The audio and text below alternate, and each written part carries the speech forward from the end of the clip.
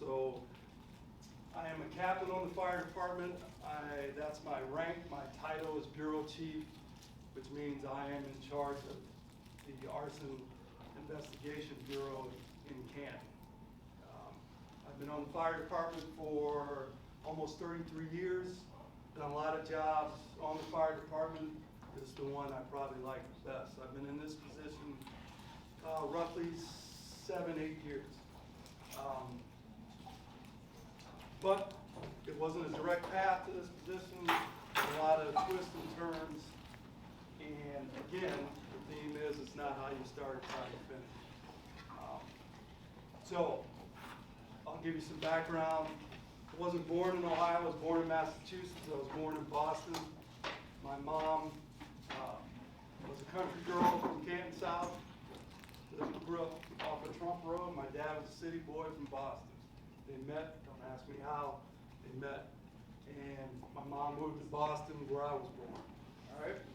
Grew up in a big city, moved here when my parents got a divorce. I was young, lived on Trump Road, went to Trump School, which is Canton Local School, and it is torn down now, which broke my heart. But my whole family grew up and lived in the Canton South District. I come from a family of teachers. My cousin's a teacher. If you know Mr. Long, that's my cousin. My grandmother was a teacher. My brother's a teacher. My uncle was a teacher. I'm not a teacher. You know, everyone expected me to be a teacher, I think. But I was going to do that, but it just didn't work out. So we'll get there. So grew up out in the country, moved to the city, went to Crenshaw in the city, graduated from Temkin High School. I took a academic course, college prep course, that's what it was called back then. And so I was geared to further my education at the next level in college. In high school, I had pretty good grades. I had an interest in aeronautics. Everyone knows what aeronautics are, kind of flying, you know.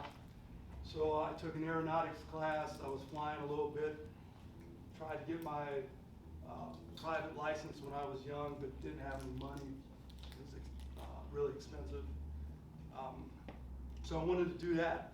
So there were two things that the best path if you wanted to be an airline pilot was to either go into the military, or if you're going the college route, to go to Kent State, because they had a great aeronautics program. I didn't do either of those, you know, and I loved to fly, but then I thought, didn't really want to do that. So I was kind of undecided coming out of high school, applied to some schools, and I got a scholarship at Fisk University. It's a historically black college in Nashville. I applied to Boston University. I was going to go home and live with my dad. And I applied to Akron U. In that order. Those are my choices. So got in at Fisk, and I think I must have been a little homesick. I didn't go. I never actually went, but I decided not to go, which was a good thing because they were having some financial problems, and they actually were revoking scholarships, so it worked out. Went to Boston U, I got accepted there, and then I decided not to go there because I realized I had to live with my dad. You know what I mean? Good guy, loved him to death, but we were like this, you know? You know how it is with your parents sometimes, it's just like that. So I ended up going to Akron, which I got a scholarship for a full ride to Akron. For back then it was computer science, but it's nothing like it is now. So back in the 80s, computers were just starting to get into the norm, and they needed a lot of programmers. So, and they wanted minority programmers, so I got a scholarship. And so I did all my prereqs, got into my classes, and it wasn't a cool thing, you know, Windows-based, drop-down menus, creative stuff.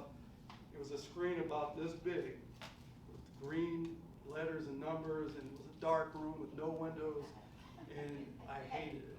Absolutely. See, hated it. Hated it. I mean, every time I went in there, I got nauseated. So I physically and mentally hated it. So I had a decision to make. Either ride it out and do something I hated, or make a change. So I decided to make a change, and I had to give up my scholarship. You know? So I gave up my scholarship. It was worth, to me, doing something that I enjoyed rather than get the free money and do something I hated. So I gave up my scholarship, and then I always had an interest in sciences. So I went the science route. I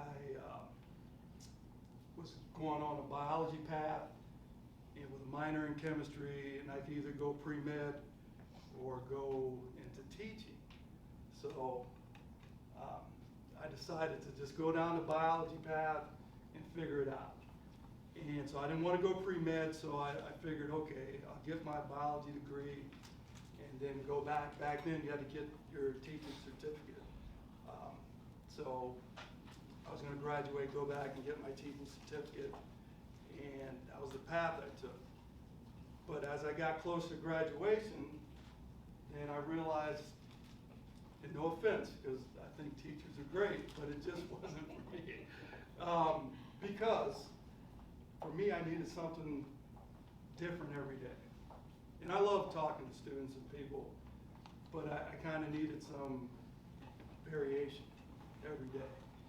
So a guy that was on the fire department was graduating from Akron, and he talked me into taking the fire department test. So I told him, I said, look, I don't want to be a fireman. I mean, you know, I really didn't think that's what I wanted to do. But he goes, give it a shot. You have a good science background. We need paramedics. So I had a good anatomy and physiology background. He goes, just give it a shot. So I took the test. I scored well. And they ended up offering me a job. So I told myself, I'm going to give it 2 years. If I don't like it, I'm going to go somewhere else. See the theme here? It's not where you start, it's how you finish. Now, I've changed my mind several times. I'm telling you, it's okay, just as long as you keep moving forward. So I got on the fire department, went through medic school, went through fire school. I really started to enjoy it. As a junior firefighter, I was assigned to the busiest station in Canton. I ran ambulance out of there for years, fought a lot of fire, and really started enjoying the job. But then I got a little stagnant, you know, you get a little comfortable, and so I wanted more, so I decided to start promoting. Okay, so and let me back up. When I got hired, I was in my last year at school, and so I was taking finals and doing all that stuff, and that's why I thought, okay, if I don't like it, I'll go teach. But 2 years later, it's like I really enjoy this, but I was getting a little stagnant, so I wanted to start studying for promotion. Now you had to have 5 years on the job before you could promote, and I was right around my 5th year when I took my first test. And I scored pretty good, but I didn't get a job, and I was disappointed. So rather than just say, you know what, that's it, I'm not going to do it anymore, and that gave me more motivation to study and get promoted, which I did right around my 9th year. So I've done a lot on the fire department, a lot of different jobs. I was the safety officer for my ship. I was a engine captain. That's the guy that goes in and puts out the fire. I was the truck captain. That's the guy on the big ladder. I was in charge of the technical rescue team, rappelling. I moved into an administrative position when I came into the Bureau. And as you can see, I wear a weapon. The reason why I do is because I am not only commissioned as a firefighter, a commission as a police officer as well. So we work in conjunction with the police department to obviously solve crimes regarding fire. So I've done a lot of things, but none of the things that I'm doing now, I had any intention on doing when I was young. It just worked out that way. But the one thing I didn't do was give up or get down on myself because things didn't work out, or, you know, I messed up and made a bad decision. We all make bad decisions. We do. You learn from your mistakes and you move on. And I had to do that repeatedly throughout my career. On the private side, I've done a lot of things too. So because I'm a medic, I start riding private ambulance. You know, taking people from hospital to hospital, taking grandma to doctor's appointments, things of that nature. From that, I went into the emergency room as an ER tech. From there, I went into blood banking. I needed help down in the blood bank. So I was like, yeah, what the heck, you know? Can't be afraid to do things that are outside of your bubble. You know, you never know until you try. So I went down there and did it, and I ended up managing the whole department. And that was at Mercy. And then I left there, and they recruited me at Altman, worked there doing the same thing, part-time. Because I was a medic, they were looking for flight medics for med flight here, so I was a flight medic for 4 or 5 years. So I flew in a helicopter along with a nurse and a pilot, going to scenes, picking people up. So I got a chance to do a lot of things that a lot of people would normally not get the chance to do, but I would have never been able to do those things if I didn't keep at it. You gotta keep going. Now, I had no clue it was out there. So when it's out there, you gotta take advantage of it. You have to not be afraid to try, not be afraid to fail. You know, the bad part about not succeeding isn't the failure part, it's the not get back up and try it again. You know, everyone fails. I failed a million times. You know, I'm a Browns fan, so I'm used to failure. You know, so, but you keep trying. You know, I always say we're not going to watch them anymore, but we watch them every year because keep that hope alive. So, you know, I read it's a Canadian psychologist, and he has rules for life, okay, that I always try to adhere to. Now, there's a couple of them I think, as a young kid, I wish I would have probably adhered to. But there was one that he said was, don't do anything that you hate, okay? Now, don't go home and tell your parents that, hey, I hate washing the dishes. Captain Paige said, don't do anything you hate. Don't get me in trouble like that. But when you become young adults, as you start to get more freedom in making your life's decisions, just keep that in mind. Don't do anything that you hate to do because it's the popular thing to do or it's what people expect you to do. You got to do something that you're passionate about. Do something that's meaningful to you, not to me or anyone else, but to you. I think if you do that, then I think you can be more persistent in your pathway to your goal because you're doing something that you like. And like me, I didn't know I was going to like this. I love it. So you got to give it a try. You don't know if you like it until you try it. My 10-year-old, he won't eat anything. He won't even try anything because he says he doesn't like it, but he's never tried it. You know? He didn't even eat hamburgers until I gave him a hamburger and he was like, oh, I like this. So you got to try it, you know? Another one of the rules, and I mentioned, you know, do something that's meaningful. And I wish I would have known this rule when I was young. Always have friends that have your best interests in mind. And that's kind of tough at this age, because friendships are important at any stage in life, but especially at your age. My friends, when I was in high school, they meant the world to me. And we're still friends to this day. So I know how important friendships are. But make sure those friendships are about what's best for you. Okay? I remember I had a good friend. He didn't get into a lot of stuff we got into when we were kids, you know? And we got into a little, I don't want to say trouble, but, you know, kid stuff. And he never participated.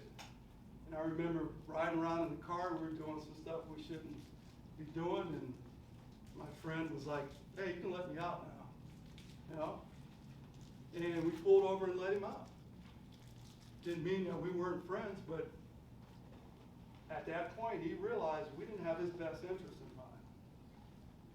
So don't be afraid to be like, nah, that's not me. I can do something else. You understand that? I mean, I can't stress that enough, because it's tough sometimes to say no, or it's tough to go against the grain when it comes to your friends, but sometimes it's necessary, you know? It really is. But the path, as you can tell by my path, it's not straight. It curves, it goes up and down, there's delays, but the persistence is what you got to do. And I always say for example, there's more than one way to get to Kansas, all right? You can come straight down Cleveland, you can sneak through Carn-Wise, come the back way through Central, come down Faircrest.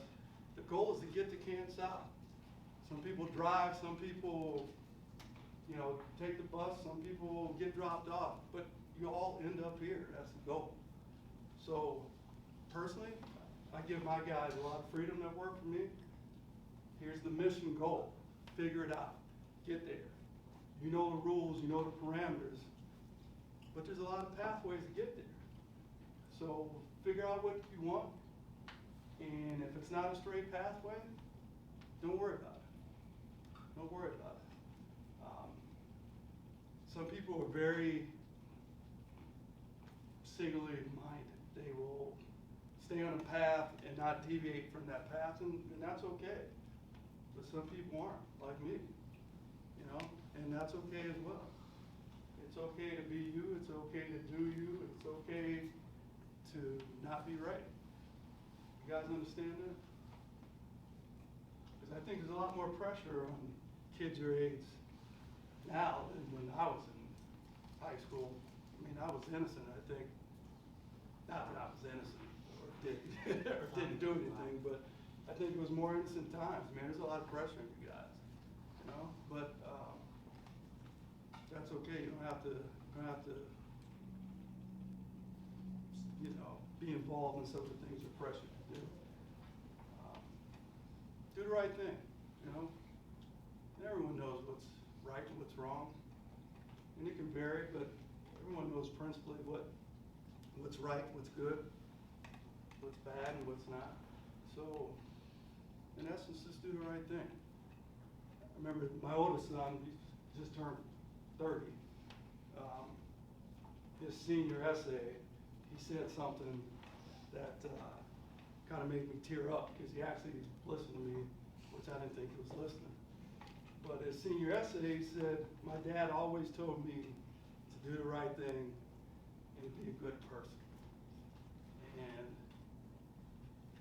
he was listening. And I think that's important. You know, it's not like we don't mess up. Everyone messes up, but try to do the right thing. I think you guys will be okay if you do that. You know, speaking here today and looking at you guys, I think, man, the sky's the limit for you guys. It really is. You know, there's no limitations. You know, I went to school in the 80s, and that's not that far removed from the Civil Rights Movement and Civil Rights Act of '64. And yeah, I had some racism, and I had some things that were stacked against me. And I acknowledge that. And I'm quite sure some of you have had some roadblocks or some issues. And the key is to acknowledge it, but don't let it stop you. Okay? You acknowledge it, but you don't use it as an excuse. We were always taught we had to do it faster, stronger, better. Okay? I was raised that way, to even get noticed. Now, there's a lot of changes that hopefully everyone's being looked at equally, and I think we made some good progress. But you still want to do it better, faster, stronger. You want to do your best, you know? You want to stand out. Head up, shoulders back. At least act like you know what you're talking about, right? You know? That's my life philosophy. Yeah, yeah. How did you know? Make it Think to the make adults it. in the room are Yeah, still- right, yeah. And I know it might not make sense, but you might remember what I say down the road. But come in a room, you know, shoulders back, head up, smile, be friendly, be approachable, you know. That's what makes people want to adhere to you or gravitate towards you. I'm going to give you a secret too. If you're nice, if you're friendly, and you're not mean, and you're not just a curmudgeon, then adults tend to give you a break if you mess up. Okay? That's a little bias, but it's true. It's true. You know? I know some of the most devious kids that I've known were some of the nicest, friendliest, you know, and you were like, ah, he's okay. He's okay. Well, us older people, well, probably not too old. Keith, Eddie Haskell, right? Leave it to Beaver. He was always in trouble, but he was nice about it. So just be nice, you know?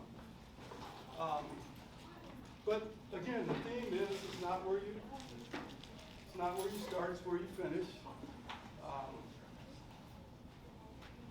I'm curious, does anyone want to share anything, like thinking it was one thing and going somewhere else, and having a thought in your mind and then figuring out, well, that's not the path I want to go, whether it's sports or academic career or what? I'm just curious. I know all you guys have had something like that. You know? Any questions for me about what I do? Really? That boring, huh? I have a question that maybe Yes, other things ma'am. going. Can you talk to us about the science side of your work on an investigation? Yeah, please? yeah. The science is interesting. So, our job by state law is to investigate all fires. Most people think that when you set a fire, because there's so much damage, there's no evidence left. Everything's destroyed. There's no way we're going to find out what happened. But, you know, matter is just changed. It's not destroyed, okay? You just got to know what to look for. So we take the scientific approach. You know, you have a problem, you form a hypothesis, and then we go systematically to figure out what has happened. And normally, once you take that scientific approach, and you guys have science classes, you can figure it out, or at least eliminate some things where you can have a high probability of finding the truth. And so, you know, we put people in jail, we make arrests, but that's not our goal. Our goal is to find the truth. All right. So, for example, if I burn something, if I burn that desk over there, I can tell if an accelerant was used just by the burn pattern. I can tell what the atmospheric conditions were in here. You know, if the HVAC was on, the windows are up, just by the burn pattern. Normally I can tell what kind of material it was burnt because of the speed in which it burnt and how the residue and debris that it leaves. There's a lot of clues. You know, it's all science. It's all science.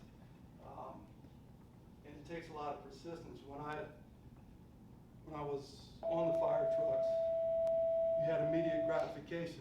You go in to rescue someone, you save somebody. But this takes time. You know, again, it's persistence. And what we do all day, my group, and I got a great group of guys, is we spend half the day on these cases trying to disprove our theory. All right? So I might think, well, someone lit a piece of paper and lit that table on fire.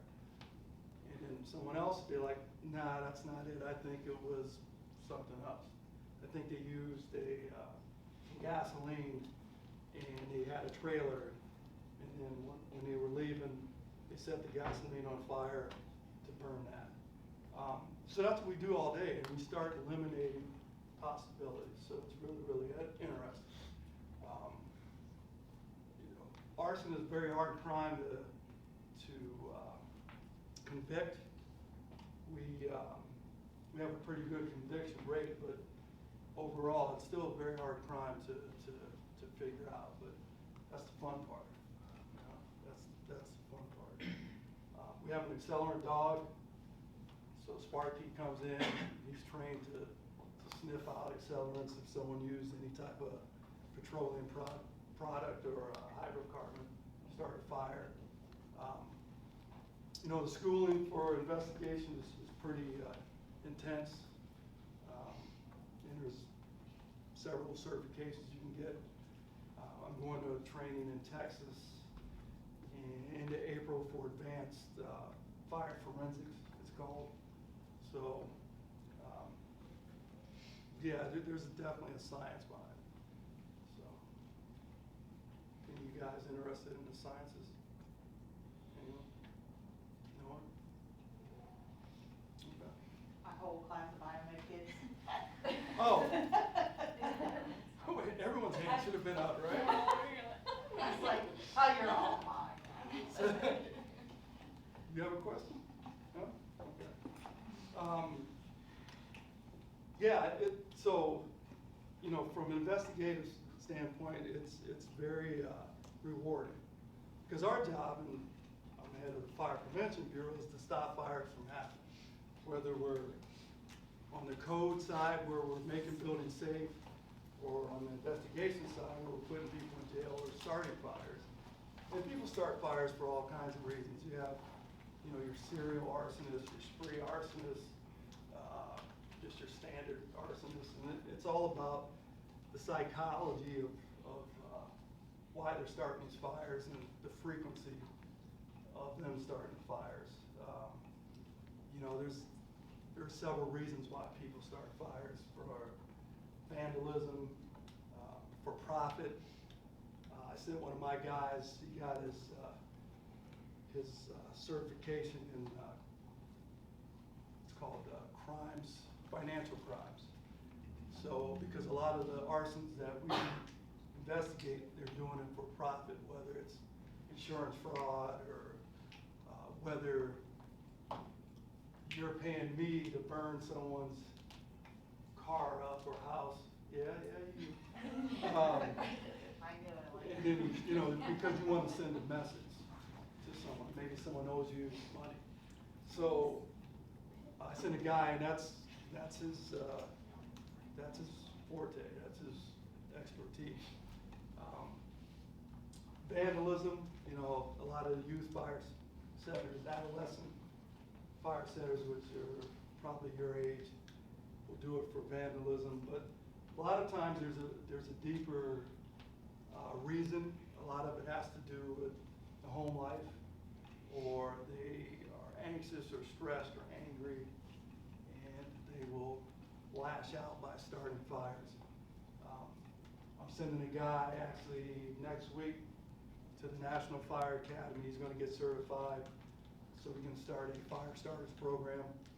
So when kids start fires, we don't want to put them in jail, we want to get them help, Because I always said, adolescent or child or juvenile starts a fire, you put them in jail. If they're already angry, that's going to make them even angrier. So you got to get them help, But a lot of times they're lashing out at their parents or something that they don't like, and that's how they express it. So that's kind of a little bit of the psychology behind it. And you can study for years and years. An interesting one, though, that's part of the study, is the one fire investigator out in California that was starting all the forest fires. So he was an investigator, but he was actually starting the fires, and the psychology of that, there was a syndrome that he had where he wanted to be the savior.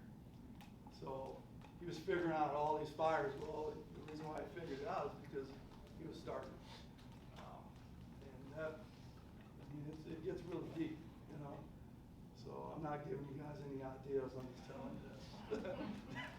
That's behind some of it. Any other questions like that? So if you, yes, sir.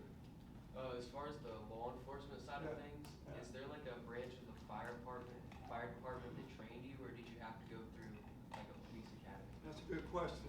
The answer is both. So for investigation, inspection, certain classes, that was all through fire, okay? Now the law enforcement part, I had to go to the police academy, which is OPI. So, because we have full powers of arrest, so I can arrest you for any crime, but we just concentrate on arson. But for the law enforcement part, I had to go to police academy along with other police cadets. So, and I went through when I was 55, okay? So I was in there with a bunch of kids, 20, 22, 23, and you know, I'm competitive, so I really busted my butt to try to beat them, you know, and we had a good class. I'm still friends with those cops, you know, and all got jobs, and you become really, really close. But to, you know, to the point which we started, don't give up, you know. I was an old dude, and I'm in there with a bunch of kids, so. So if somebody were interested in the work you do and they're Yeah. like, you know, I might want to do something like that, Right. what would the direct path be? From high school, where would you go? Well, and we were talking, so there is no tech prep program for Canton South regarding safety courses, right? If not, then the best pathway is to go to a technical school like Stark State or somewhere and pursue your associate's degree in EMS or fire science degree, because you'll get your fire cert, you can get your paramedics if you go through that. Now, it's not necessary, but it makes you more marketable when you have that. So I would suggest that if you are interested, that's the route to go. Because I'm on the hiring committee, and if I can hire someone who's fully trained, that has a college education, then that's the person I'm looking at, first and foremost. If you were at a school that had a tech prep program, I would say that's the way to go. I just hired a kid last year, 19, that's why I'm calling him a kid. He was 19, but he was on the ball, and he was up near Barton or Akron way. They had a tech prep program, and he already had his firefighter certification, EMT cert. It was in medic school at 19, so that's impressive, you know, very impressive. Again, there's a lot more pressure on you guys than there was for me. We kind of had time to figure it out, but they expect you guys to figure it out right away. But don't let us adults pressure you into having it all figured out. Step A, B, C, D. Sometimes you go A to D, back to C, and then you eventually have to get there. So don't let us pressure you to figure it out. Yes? Okay, we teach our kids not to quit. Yeah. And there's a mindset that's slightly different that I think we have to do a better job for training. Mhm. You've done 15 different things, Okay. which means that you left something else. Right. And did you get pushback from the adults as, you gotta settle down and do your thing, man? You know what? I think a lot of kids do. My family, no. My family's real supportive. But I'm quite sure I got some high rolls here and there, you know. But that's a good point. You know, we're saying don't quit. But then on the other hand, I'm saying don't do anything that you hate. No, quitting is not changing to me. Quitting is sitting down and giving up, okay? That's the definition of quit to me. change is not quit. Quit is not doing anything, okay? So I didn't quit, I just changed. And that's the key. It's okay to change. Anything else? Anyone else? So wait, you guys are biomed, A bunch of them are, if I had them in the tables, so you're calling out. so I'm just curious, what do you want to do with that? Someone say something. Anyway, you don't know? That's okay not to know, but. They just wanted me to be a teacher. Anyone want to teach? Anyone want to be a medic, doctor, Yeah. nurse? Oh, you want to be a doctor? Here you go. Now we're going. Doctor, what about you? I mean, I thought I wanted to be a medical examiner, but now Yeah. I'm looking towards being like a paramedic or EMT, so. Yeah, and I tell you what, they use our job, people have, as a stepping stone. Again, it's changed, not quit. I know a couple of firemen that are doctors now. Dr. Weaver was a fireman for Canton. Dr. Manos was a fireman for Canton. One of my good friends was on the job as a pharmacist. You know, we have several men and women on the job that have degrees in nursing. So, yeah, if it's not a career, it could be a good stepping stone. So, you said medical examiner, like forensics, criminal stuff?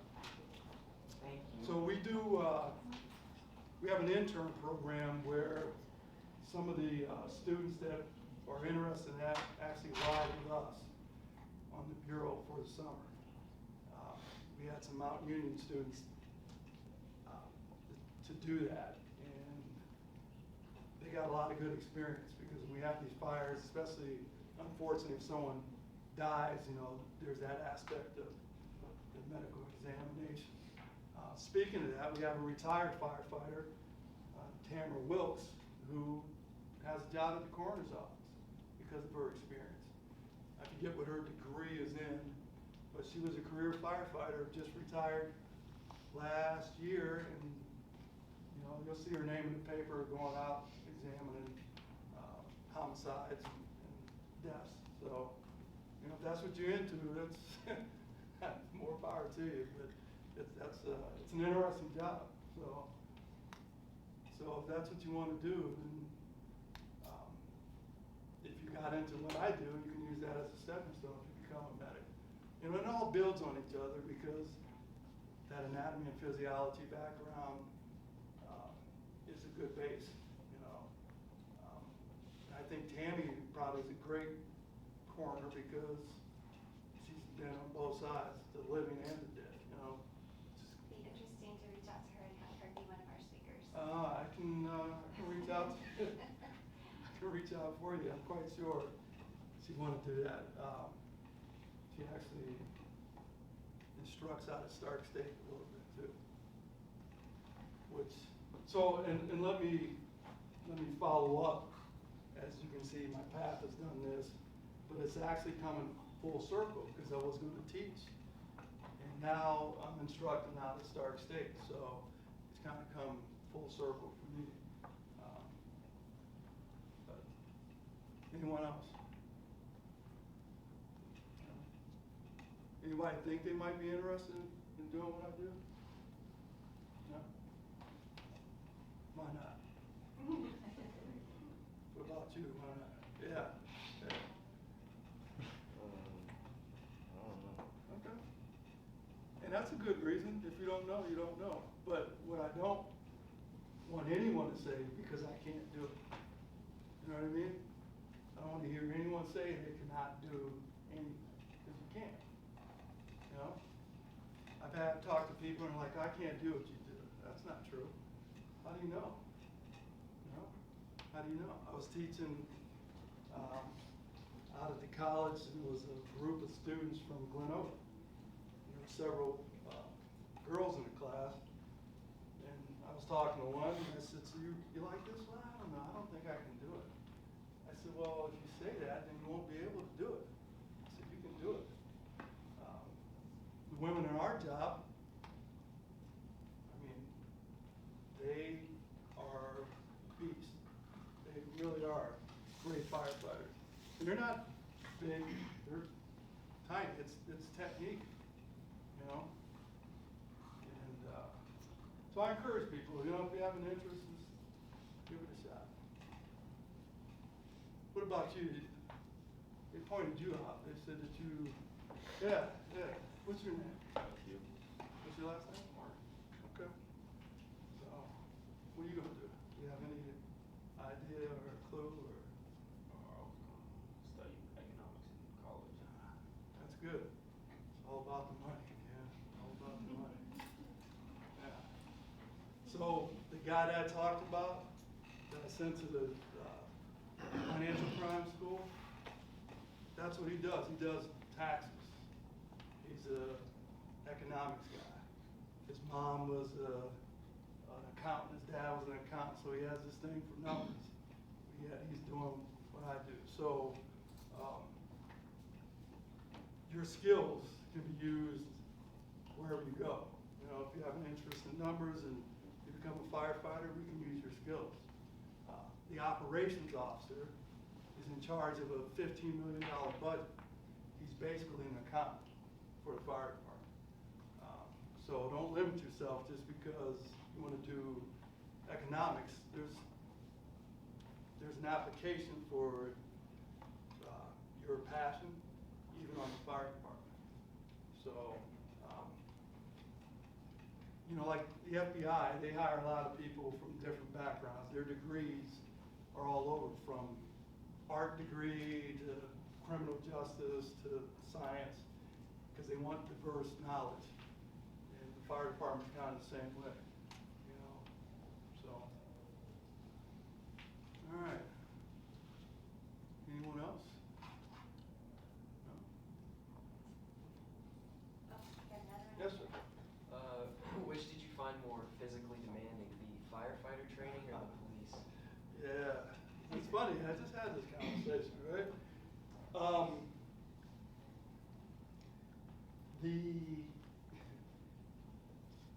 The police academy, the training, because I had a lot of combat training, you know, it's called DTs, defensive tactics.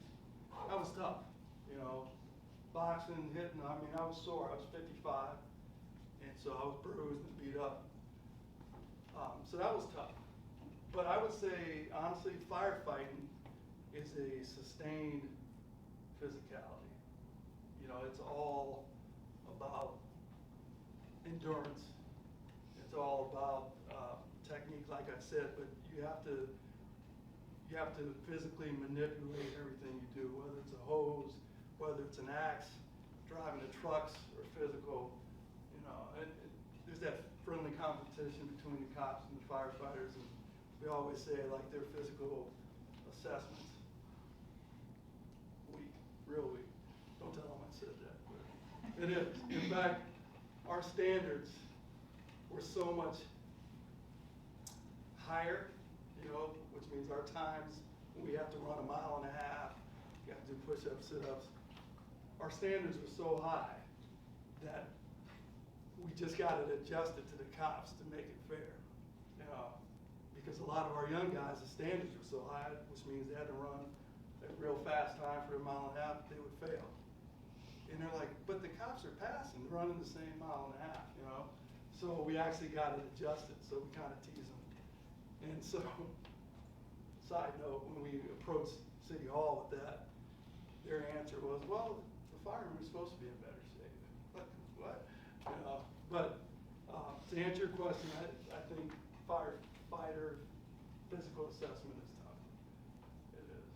But like I said, don't tell the cops that yet. Yes, yes. What if like someone has like muscular problems, like where they can't build enough muscle or something, or they have like something that like alters their impulse control, like Tourette's? Would they be able to be a firefighter or something? You know, my answer to that is yes. Because by law, we have to make accommodations, okay? If you have physical differences and you have some needs, we have to accommodate you. So the answer is yes, you can do it. as far as, you know, building muscle, again, it's a lot of technique. You know, it's physical, but, you know, for example, a friend of mine, firefighter, she's shorter, and some of the things that she has to do, you know, obviously are taller. Well, she's developed techniques where she does it just as good as me. You know, like I might hold the hose like this, and she'll put her over her shoulder, hold it like that. Now, it's not taught that way, but it works for her. So it's not just about the muscle. So yes, yep, you can do it. Yes. Question about the, when you're in the middle of, say, an arson investigation or Mhm. what have you, is there, on site, you're developing theories, Mhm. and then you're trying to disprove. Mhm. Is there a lab you go back to? Where does the work happen? So the scene is really the lab. Okay. So we'll go back and forth to the scene, because once an emergency happens, then it's our scene. And then once we relinquish the scene, then we'll get a warrant to go back in and collect evidence, okay? We can't just go in, but we'll tape it off to make sure no one goes in. But, so the scene is actually our lab. But we'll go back and we'll discuss it. We have we call it the Fire Prevention House. It's an old fire station that is basically our offices now. And we'll go in and we'll have those discussions. Or we'll actually, if we think lighter fluid and wood was used, and we want to see how it burns, we'll light fires and see just how dynamically it burns. So we do that back at our station. So, but yeah, a lot of our job is on the road. And it sounds like a lot of collaboration too. So you're working with your partners, not Right, independently. right. So the way I have it set up, I have 6 guys that are on my team. Each one of those guys has what I call a mirror. So they're partners. They have individual districts and individual duties, but they'll partner together when it comes to certain things so they can bounce things off of each other. And also, if that person's off, then the other person steps in, vice versa. So we not only collaborate with each other that way, but we collaborate with other agencies. At Canton Township out here, we have what's called mutual aid agreements, especially off Faircrest by the Speedway and by the hotel, which is actually in the city, but you know it's close to Canton Township. We respond on all their fires because just had one off of 48th or something the other day, pretty good one. So Chief Smith for Canton Township and our chief have an agreement that we send people over, you know, because it used to be these rivalries, but we all in the same boat, so, you know, we have a lot of cooperation. Plus, we can share resources that way too. So, how am I doing on time? Huh? We are Getting just there. about there. Okay, Yeah, all right. yeah. Well, again, I thank you guys for allowing me to speak. Remember, it's not how you start, it's how you finish. And remember, there's more than one way to get to Canton South, okay? Which means follow your own path. Thank you, guys.